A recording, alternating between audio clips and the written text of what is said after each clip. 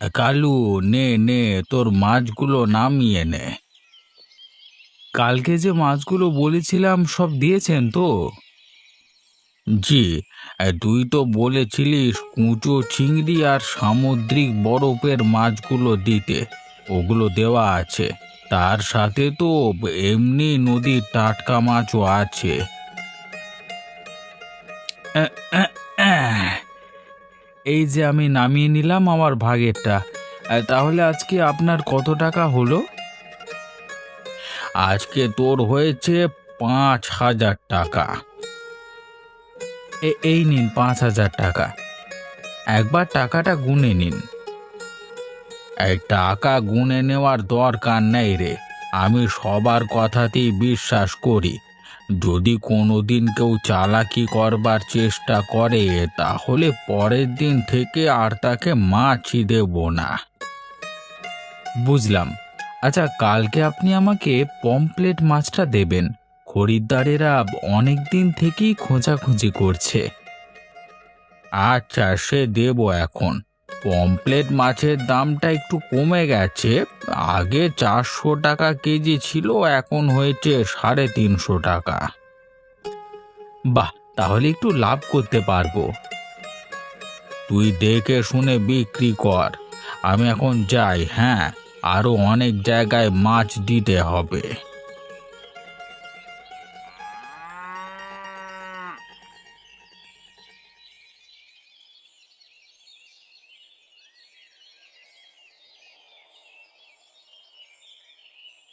একটু তাড়াতাড়ি নাও না, এরপর বাজারে যেতে হবে। তারপর মোড়ল মশাইয়ের বাড়িতে যাবে, দেরি হয়ে যাবে তো। আরে ও কিছু হবে না, আমাদের মোড়ল মশাই নিজেই তো উঠবেন বেলার দিকে। আমি না হয় একটু দেরি করেই গেলাম, তাতে কি হয়েছে? আজকে বাজারে গিয়ে মাছ কিনে আনবে, কিন্তু ১ সপ্তাহ মাছ হয়নি। আগে দেখি মাছের কেমন দাম চলছে, তারপর ভেবে দেখবো। এখন সব টাকা যদি মাছেতেই খরচ হয়ে যায় তাহলে বাকি আনাজপাতি কিনবো কিভাবে? তোমার মাছ কেনা মানে ওই তো কুচো চিংড়ি কিনবে, অন্য ভালো মাছ তো আর কিনবে না। কুচো চিংড়িরও আবার দাম দেখবে। হায় হায়, এ আমি কার পাল্লায় পড়েছি। তুমি আবার সকাল সকাল কাঁদুনি গাইছো কেন? আমি তো বলছি গিয়ে আগে দেখি তারপর কিনবো। এত কিপটে একটা মানুষের কাছে পড়েছি আমি। বউ একদিন আবদার করছে, সেটাও রাখবে না। আমার কপালটাই খারাপ। আচ্ছা বাবা, আচ্ছা আমি নিয়ে আসবো। আজকে তাহলে বড় মাছ নিয়ে আসবো, এবার খুশি তো? এত করে বলার পর রাজি হচ্ছে, বউয়ের মনের কথাও বুঝতে পারে না। আরে গিন্নি, তোমায় আমি বোঝাতে পারছি না। ঠিক আছে, আনতে হবে না, যাও তো। গিন্নি এত রাগ করো না, আমি তো আনবো বলেছি। আচ্ছা আমি বেরোলাম, কেমন?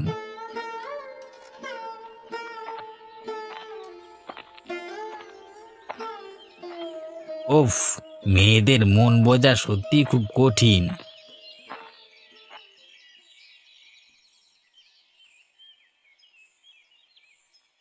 কি গো, তুমি উঠবে না নাকি? কত বেলা হয়ে গেছে দেখেছো? এই শীতের সকালটাই ঘুমের জন্য একদম আদর্শ সময়, আর তুমি একটা দিনও ঘুমাতে দিচ্ছ না। আর সকাল নেই মোড়ল মশাই, দেখুন বাইরের দিকে চেয়ে, রোদ উঠেছে। এক্ষুনি তোমার ওই ২ সহকারী এলো বলে। চলো চলো, ওঠো। উফ, এই হয়েছে যত জ্বালা। জ্বালা তো তুমি কিছুই ভোগ করনি। যারা মাঠে ঘাটে খাটছে তাদেরকে একবার জিজ্ঞেস করে দেখো, কতটা কঠিন জীবন তাদের। তুমি তো অনেক সুখে আছো। হ্যাঁ, তুমি এই কথাটা একদম ঠিক বলেছ। অস্বীকার করে লাভ নেই। যারা মাঠে ঘাটে খাটাখাটনি করে দুবেলা দুমুঠো ভাত জোগাড় করছে, তাদের কষ্টটা অনেকটাই বেশি। আমি তো তাদের পাশে আছি। এই জন্যই তো তোমার প্রতি শ্রদ্ধাটা আমার আরো বেড়ে যায়। এই যে তুমি গরিব দুঃখীদের সাহায্য করো, এটা খুব ভালো লাগে আমার। ওরা গরিব কিন্তু মানুষ তো। আমি একজন মানুষ হয়ে মানুষের পাশে দাঁড়াবো না, এটা আবার হতে পারে? তোমার নীতিগুলো আমার খুব ভালো লাগে। এই দেরি হয়ে যাচ্ছে, বক বক করলে হবে না। তাড়াতাড়ি উঠে তৈরি হয়ে নাও, তোমার সহকারীর আসার সময় হয়ে গেছে। হ্যাঁ, আমি এক্ষুনি যাচ্ছি। গিয়ে স্নান করে একদম তৈরি হয়ে যাব। তুমি চটপট স্নান করে তৈরি হও, আমি খাবার দিচ্ছি।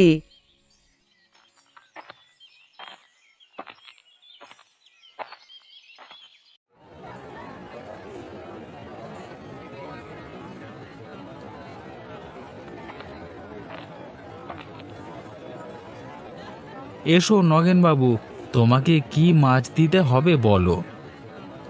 তুই আগে বল আমায়, তোর কাছে কি মাছ আছে? সব কিছু তো রোজের থাকে না। তোমার মাছটা আছে। আমার মাছ মানে? এই কুঁচো চিংড়ির কথা বলছিস? কিন্তু আজকে তো আমি কুঁচো চিংড়ি নেব না। তাহলে আজকে আছে সামুদ্রিক মাছ, তারপর নদীর টাটকা মাছ তো আছেই। থরি, আজকে আর টাকা পয়সা চিন্তা করলে হবে না রে। আজকে যদি মাছ নিয়ে না যাই তাহলে তোর বৌদি খেপে যাবে। হ্যাঁ, তাহলে আজকে তোমাকে সামুদ্রিক বরফ দেওয়া মাছ দিচ্ছি, খুব ভালো ভালো মাছ এসেছে। আচ্ছা তাই দে। হাসছিস তো, এখন হেসে নে। যখন বিয়ে হবে তখন বুঝতে পারবি কেমন জ্বালা। সেসব তোমরা জানবে, আমার এখনো বিয়েও হয়নি আর জানিও না। তাহলে বরফের মাছ দিয়ে দিই? হ্যাঁ দিয়ে দে, একটু দামটা ঠিকঠাক করে নিস তাহলেই হবে। জানিস তো সব কিছুই। আমি তোমার কাছ থেকে কেনা দামই নেব, তোমায় চিন্তা করতে হবে না। মোড়ল মশাই আর মোড়ল মশাইয়ের দুই সহকারীর কাছ থেকে আমি কম টাকায় নিই। বাহ, তাহলে তো বেশ ভালোই। আমি তো জানতাম না। এই নাও। এই নে ধর তোর টাকা। মাছগুলো ভালো হবে তো রে। আমার উপর বিশ্বাস নেই নাকি কোনোদিন তোমাকে ঠকিয়েছি? না না, জিজ্ঞাসা করে নিলাম। জানি তুই ভালোই দিবি।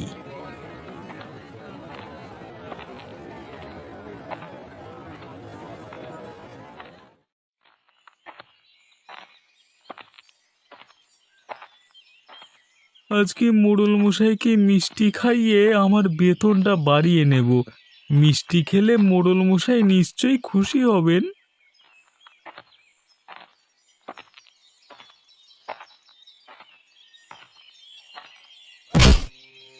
ওরে বাপরে, মেরে ফেললো রে! এমনিতেই শীতকাল, হাড়গোড় মনে হলো ভেঙে গেল রে। আরে রবি বাবু, আপনার লাগেনি তো? না, লাগবে না।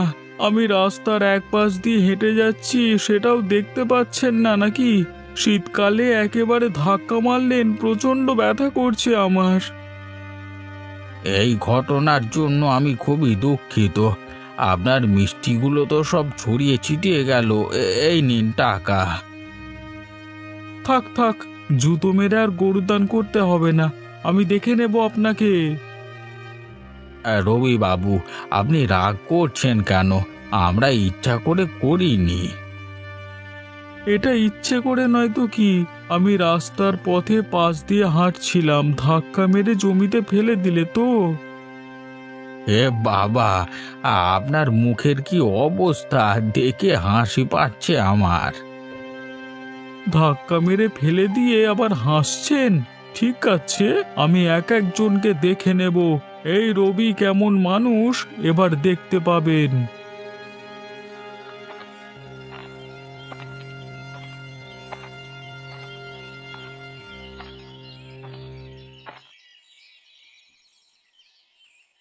কই দেখি কি বাজার করে আনলে? আরে বাবা, আজকে তুমি যেমন বলেছো সেরকমই আমি বাজার করেছি। বরফের মাছ এনেছি। আজকে ভালো করে রান্না করো তোমার মনের মতো করে। বাহ, অনেক দিন পর মাছ খাবো। এইরকম কিপটে বরের থেকে এইভাবেই আদায় করতে হবে। হ্যাঁ, তুমি আর বুঝবে কি? ঠিক আছে, এনে দিয়েছি যখন খাও, রান্না করো। এক সপ্তাহ পরে একদিন মাছ এনেছো, তাও আবার এইভাবে খোঁটা দিচ্ছ। তোমার কি কোনো কিছু ইচ্ছে করে না নাকি? যাও, খাবো না তোমার এই মাছ।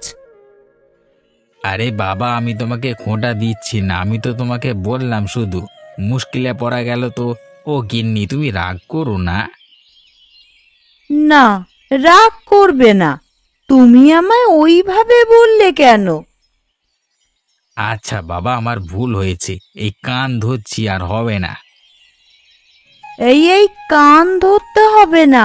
তুমি ভেতরে এসে বসো, আমি রান্নাঘরে যাই, রান্না করব। না, আর ভেতরে গেলে হবে না। এমনিতেই দেরি হয়ে গেছে। এবার সোজা যাব মোড়ল মশাইয়ের বাড়ি, না হলে উনি খুব বকা দেবেন। আচ্ছা, তুমি তাহলে সাবধানে যাও। কাজ হয়ে গেলে বাড়ি ফিরে এসো। একদম এদিক ওদিক আড্ডা দেবে না, সোজা বাড়ি আসবে। আরে না রে বাবা, এখন আমি আসছি।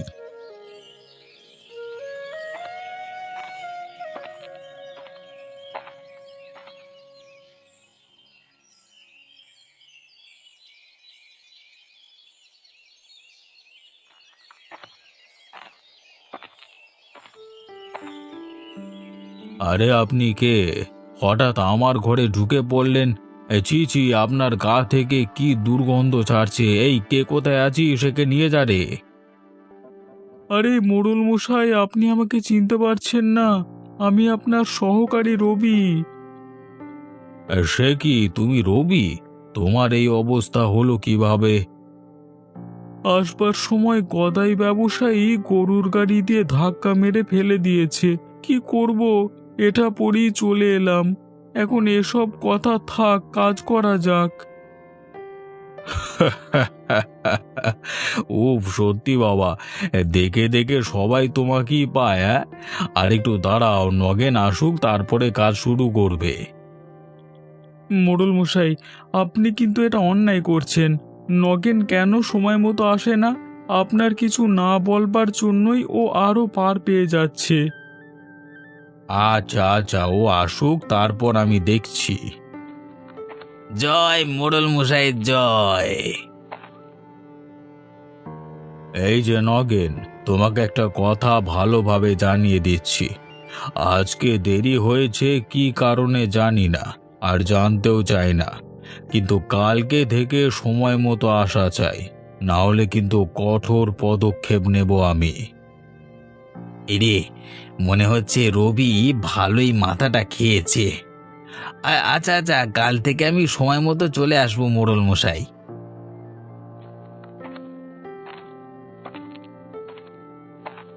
মোড়ল মশাই, আসছি। এই নিন মোড়ল মশাই, গ্রামের উন্নতির জন্য আমার ব্যবসার এ মাসের লাভের অংশ। গদাই, কি শুনছি আমি? তুমি নাকি আমাদের রবিকে ধাক্কা মেরে ফেলে দিয়েছো? মোড়ল মশাই, আমি ইচ্ছে করে করিনি, ভুলবশত হয়ে গেছে। হ্যাঁ, ভুলবশত হয়ে গেছে তো বটেই। ভগবান দুটো চোখ দিয়েছে কি করতে, হ্যাঁ? তোমাকে আমি ছেড়ে দেব না। আচ্ছা আচ্ছা, তোমরা চুপ করো। গদাই, তুমি এখন যাও। রবির চোখ মুখ দেখে আমার ভালো লাগছে না। খুব বড় ক্ষতি করে দিতে পারে গদাই বাবুর, নজরে নজরে রাখতে হবে।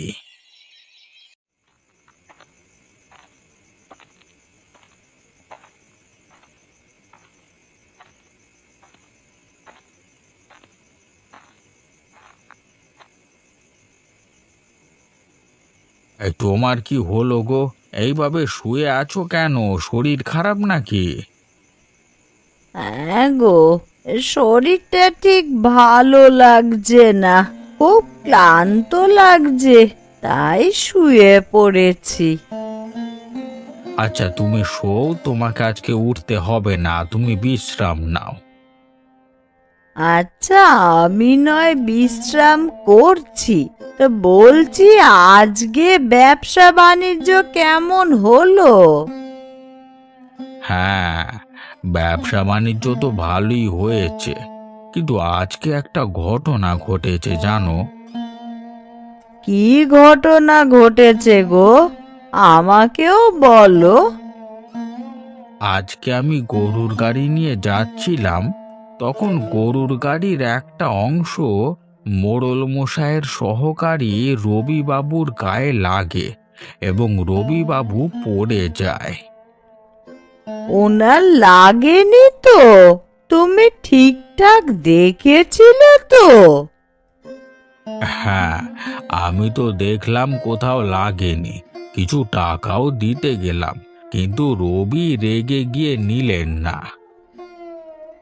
ও আচ্ছা, তা মাঝে মাঝে ওনার খবর নেবে, তাহলে রাগটা কমে যাবে। হ্যাঁ, খবর তো নেবই। আচ্ছা আজকে তাহলে আমিও শুয়ে পড়ি, কাল তো আবার সকাল সকাল উঠতে হবে।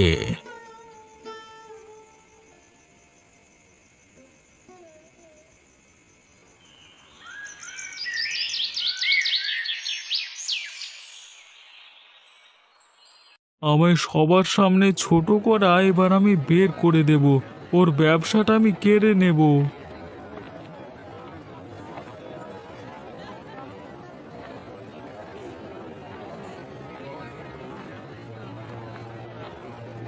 আরে এত ভোরে আপনি, কিন্তু এখন তো কোনো মাছই আসেনি রবিবাবু। না না, আমার এখন মাছ লাগবে না, আমি এসেছি তোর সাথে একটা বিষয়ে কথা বলতে। হ্যাঁ হ্যাঁ বলুন, কি বিষয়ে আপনি কথা বলবেন?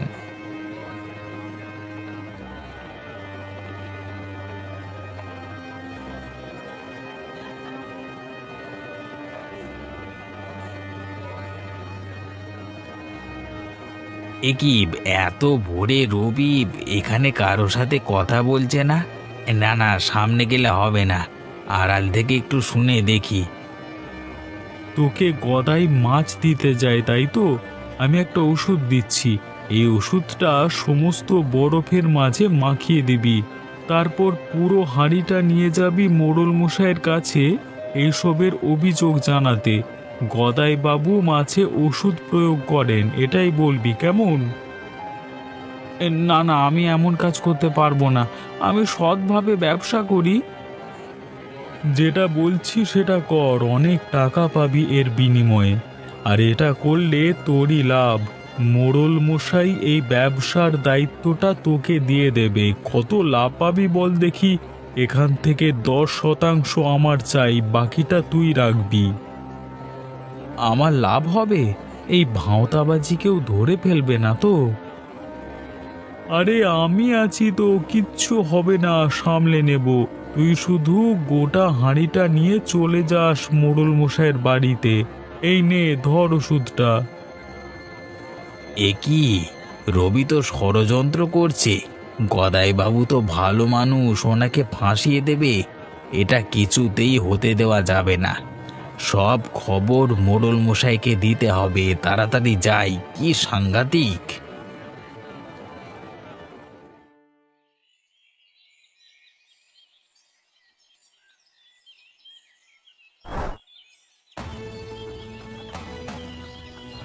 হ্যাঁ, মোড়ল মশাই, মোড়ল মশাই ষড়যন্ত্র।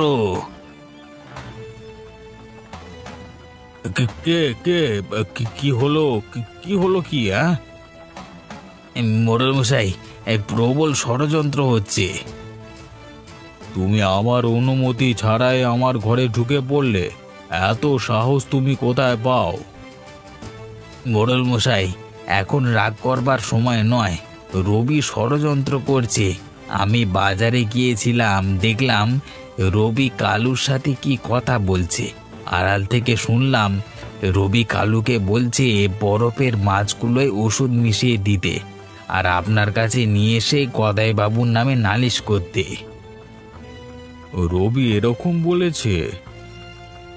শুধু এটাই নয়, বলেছে এই ঘটনার জন্য আপনি আর এই ব্যবসার দায়িত্ব গদাইবাবুকে দেবেন না, সেটার ব্যবস্থা রবি করে দেবে, আর দায়িত্বটা পাবে কালু, সেখান থেকে 10% ভাগ রবি নেবে। আচ্ছা, আজকে আসুক রবি, ওর হচ্ছে।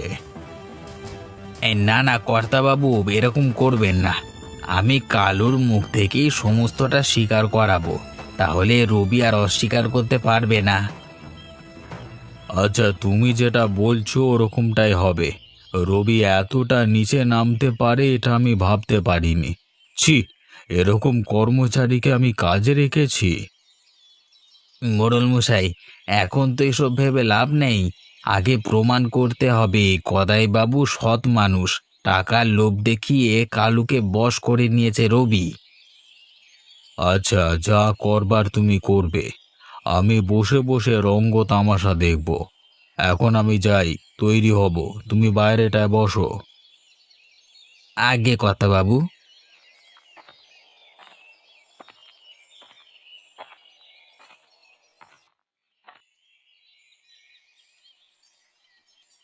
কালু, তুই তোর সব মাছগুলো নামিয়ে নিয়েছিস তো? দেখ সব ঠিকঠাক আছে কি। হ্যাঁ বাবু, আমি দেখে নিয়েছি, সব ঠিকঠাকই আছে। আপনার কত টাকা হয়েছে বলুন। আজকে তো বেশি কিছু মাছ দিইনি, তোর হয়েছে 4,000 টাকা। এই নিন বাবু আপনার টাকা। আচ্ছা ঠিক আছে, কালকেও তাহলে এই সব মাছই দিয়ে দেব, আমি চললাম।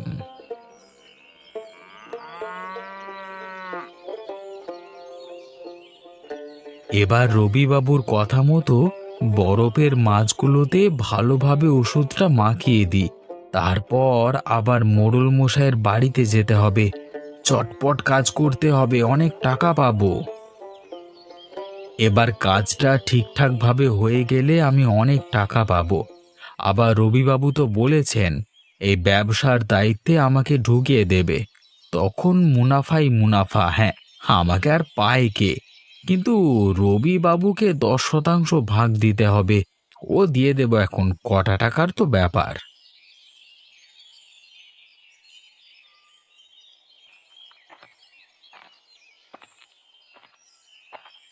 মোড়ল মশাই, আমি আসতে পারি? হ্যাঁ হ্যাঁ, এসো না, ভেতরে এসো।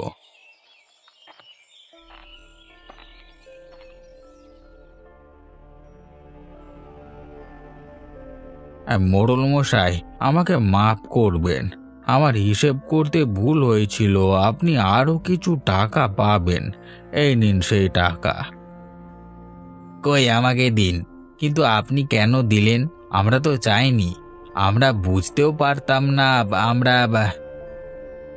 আমি সৎভাবে আমার দায়িত্ব পালন করতে চাই। আমি জানি আমি না বললে আপনারা কিছুই জানতে পারবেন না, কিন্তু কি হবে মানুষকে ঠকিয়ে? বদনাম করে তো নিজের কোনো লাভ নেই, তাই জন্য আজকে দিয়ে গেলাম। আচ্ছা, সে না হয় বুঝলাম। বলছি, এখন আপনার কোনো কাজ নাই তো, ফাঁকা আছেন? কেন মোড়ল মশাই বলুন তো? না না, তেমন কিছু না, একটু কাজ ছিল তাই বলছিলাম আর কি, যদি একটু বসতেন। হ্যাঁ হ্যাঁ, কাজ থাকলে নিশ্চয়ই বসবো। আমাদের গ্রামের মোড়ল মশাই বলে কথা, কিন্তু কি কাজ যদি একটু বলতেন? কি কাজ আপনি নিজেই বুঝতে পেরে যাবেন, এখন একটুখানি অপেক্ষা করতে হবে। হ্যাঁ, আপনি পাশের ঘরটা একটু অপেক্ষা করুন, তারপরে আমি নিজে দেখে নেব। আপনার কোনো অসুবিধা নেই তো? না না, আমার আবার কিসের অসুবিধে হবে? মোড়ল মশাইয়ের হুকুম পালন করতেই হবে। তাহলে বাঁদিকে দরজা দিয়ে চলে যান, পাশের ঘরে বসে একটু অপেক্ষা করুন, কিছু খেলে দাসীকে বলবেন ও দিয়ে দেবে। আচ্ছা আচ্ছা, আমি যাচ্ছি।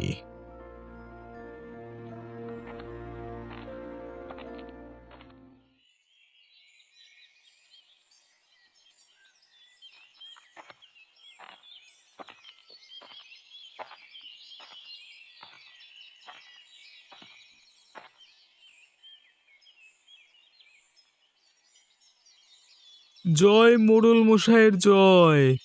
বাবা, আজকে সূর্য কোন দিকে উঠেছে! নগেন বাবু তাড়াতাড়ি চলে এসেছে। আমিও আজকে সেটাই ভাবছিলাম, সূর্য মনে হয় পশ্চিম দিকে উঠেছে।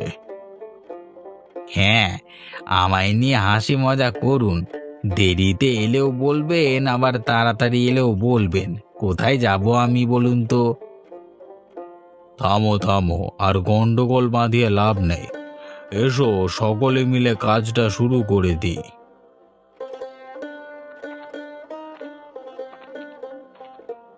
মোড়ল মশাই, আমি ভেতরে আসতে পারি? আরে এ কি কাণ্ড! তুমি মাছের হাঁড়ি নিয়ে চলে এসেছো কেন? কি মুশকিল? এসো এসো, ভেতরে এসো।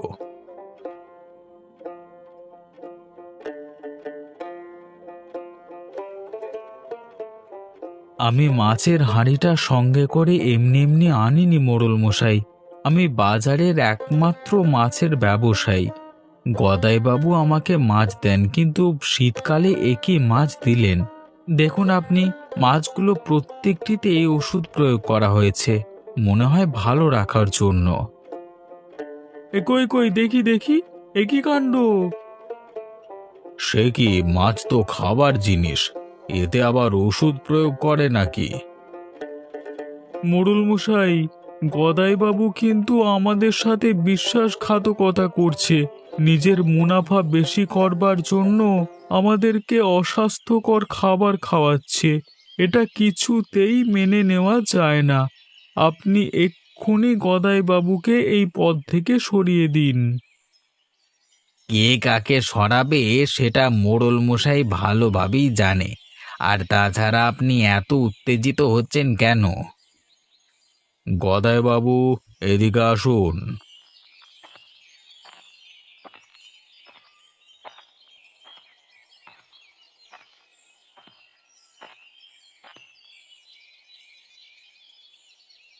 হ্যাঁ মোড়ল মশাই, বলুন।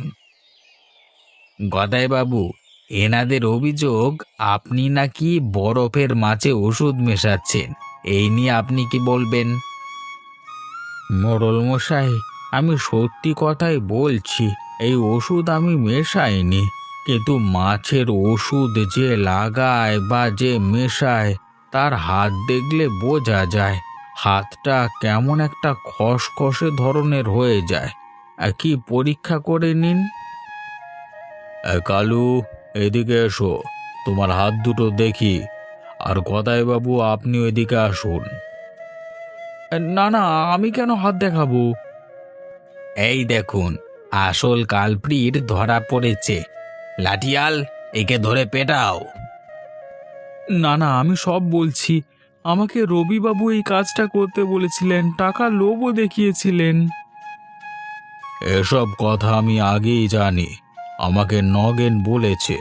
কিন্তু রবি, 2 টাকার লোভে তুমি বিশ্বাসটাকে হারিয়ে ফেললে, আর তার সাথে নিজের কাজটাও হারালে। অপরের ক্ষতি চাইতে নেই। আমি প্রতিশোধের আগুনে জ্বলতে জ্বলতে নিজেই পুড়ে ছাই হয়ে গেলাম। তুমি যতই কান্নাকাটি করো, কিন্তু আমার মন আর গলবে না। বিশ্বাস ভাঙলে আর জোড়া লাগে না।